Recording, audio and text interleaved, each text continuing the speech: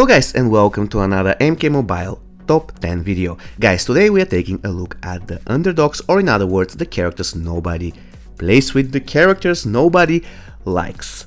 And in order to come to this conclusion, what I did is I refreshed Faction Wars 500 times for the period of 2 or 3 weeks so that I can include as many Faction Wars seasons as possible. And currently I will make you witness of the bottom top 10 of the rankings. Another important thing that I want to mention is that I exclude from this video all basic gold characters. So in other words, I will be including only challenge gold characters and characters that can be obtained from the Faction Wars store. So without any further ado, let us jump straight into number 10.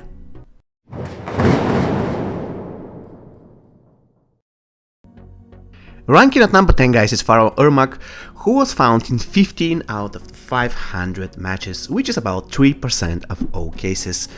Quite honestly, a lot of people dislike Irmak because his basic attacks are not really great, even though he has pretty decent special attacks, and his passive works also very good. Unfortunately, it seems that he is not one of the fan favorites, let's go it this way. I would say that currently Classic Irmak holds the title as probably most loved Irmak, and I don't think that Pharaoh Irmak will probably ever reach him in the nearest future.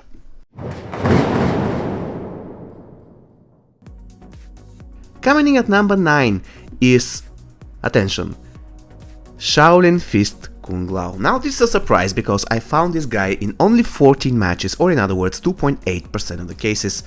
This Kung Lao is pretty awesome, and if you team him up with Elder God Kenshi, you get a really fun team. And even on his own, he's pretty good. Just give him Block Breaker and he will literally have tons of power generation. If you manage to kill a guy with this character, you can honestly, you can get from special 0, let's go this way, or in other words, from a situation when you don't have any power to special 2 in 6 or 7 hits. It's incredible. However, for some reason, people just avoid playing with him, which is, in my opinion, pretty sad.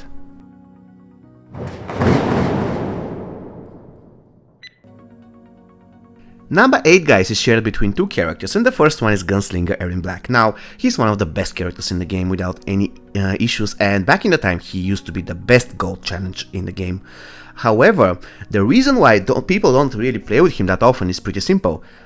The last challenge we have featuring Gunslinger Irmak was, I don't even remember, probably more than 2 years ago. For some weird reason, the developers won't repeat his challenge. Come on, NRS, just repeat Gunslinger Irmak's challenge, please.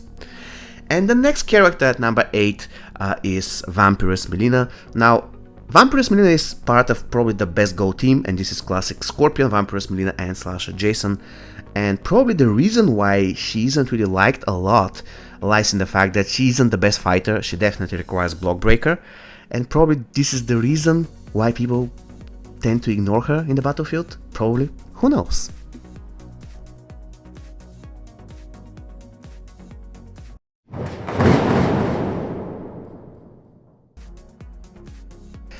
Ranking at number 7, guys, is Heavy Weapons Jax Briggs. Guys, why? He is an incredible character. He is personally my favorite character in the game, and I admit that after the introduction of survival mode, he isn't that great anymore because he tends to use health in the process of getting to special 2. He's kind of okay fighter, not the best, but still he's incredibly fun to play. He can wipe out a team in literally 2 seconds. This is how great he is. And now he's kind of bugged because it doesn't matter whether the enemy is blocked or not, the damage will be the same. So why not considering dusting him off? And there is another guy at number 7 with only 11 matches out of 500, or in other words 2.2%, and this is Thundergut Raiden. I reviewed this guy probably half a year ago, and problem with this guy is that first of all, his passive doesn't really work the way it is described, or it works in a pretty strange way. It seems to me that it removes 10% of the original, the base health of the character, which is pretty underwhelming. But anyways, people kind of ignore this guy as well, for the reason that they're simply better alternatives.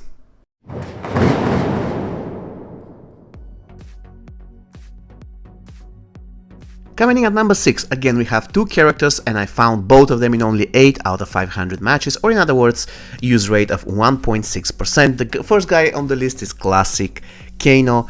Classic Kano is pretty fun to play, however he suffers from one major drawback, and this drawback is the fact that Classic Kano is incredibly squishy. He can be insta-killed by almost any diamond with strong special one. This is how weak he is, and his passive kinda relies on chance. But in general I find him pretty fun to play, so if you have the chance, just give him a chance.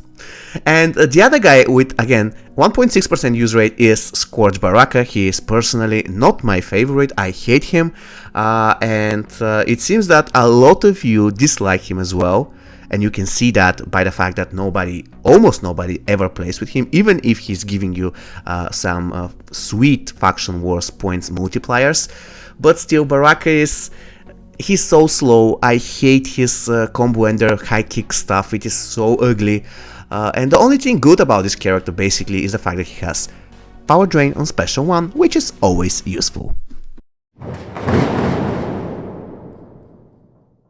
Ranking at number 5 alone is Kraken Reptile, and he was found in 7 out of 500 games for the use rate of 1.4%. Now, to all of you who are saying that a character is good if he's fast, there you go, Kraken Reptile is incredibly fast. To be honest, he is one of the fastest characters in the game. He hits incredibly quick, however, nobody uses him. So I wouldn't say that what constitutes a good character is how fast or how slow he is, because we have examples in the both ends. But in general, Kraken Reptile can be fun to play, but his passive is horrible, you don't want to get hit, and in general, once again, you just have better alternatives.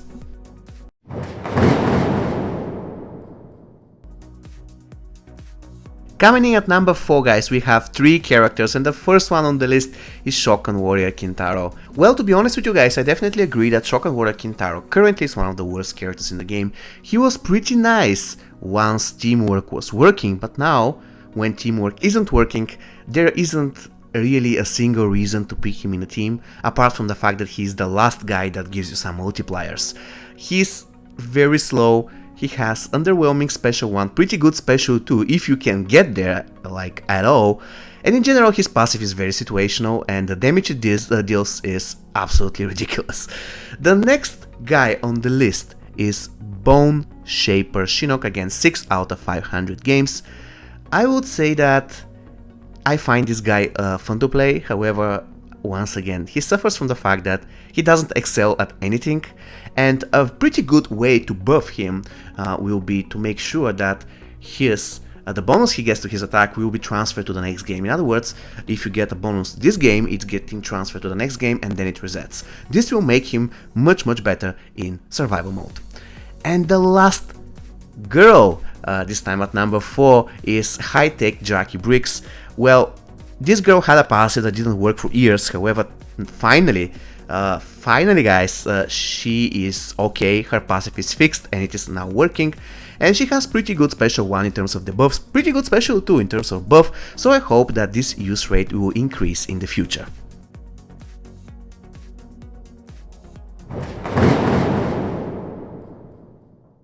Okay guys, here we are in top 3, and the third spot is actually shared between 2 characters. The first one is Venomous Devourer. Poor Devourer, nobody likes her.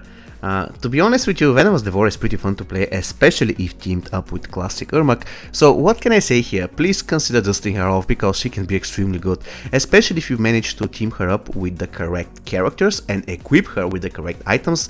Then she can literally almost one-shot a fully maxed out goat with a single basic attack. This is how strong she can get. And the next guy at number 3 with only 5 out of 500 games, or in other words, I found this guy in only 1% of the matches. This is Dark Lord Kotal Khan. Everybody considers him to be boring to play, however, if teamed up with the Red Kitana, he's one of the most useful characters in survival mode, because your team is basically like at full HP almost all the time, so consider dusting him off.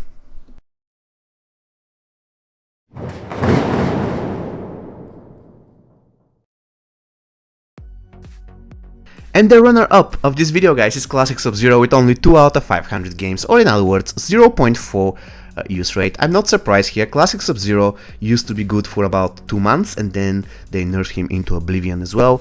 There isn't any reason to pick this guy in your team ever, because, I mean, he sucks. His special 2 is fun, but you have to be pretty great at this minigame to score more than 2, even 3. And even if you do that, even if you score 7 each time, it doesn't pay off at all. You can get, for example, even Kintaro, and you can almost one-shot any character in the game if you have pretty good equipment and you have support Kintaro in the correct way. So, once again, it is very difficult. His special 2 is probably the only thing in the game that requires skill, and yet it doesn't pay off. So, no reason to pick this character ever. I definitely agree with his second position. And who is the infamous champion of this video? Let's find out.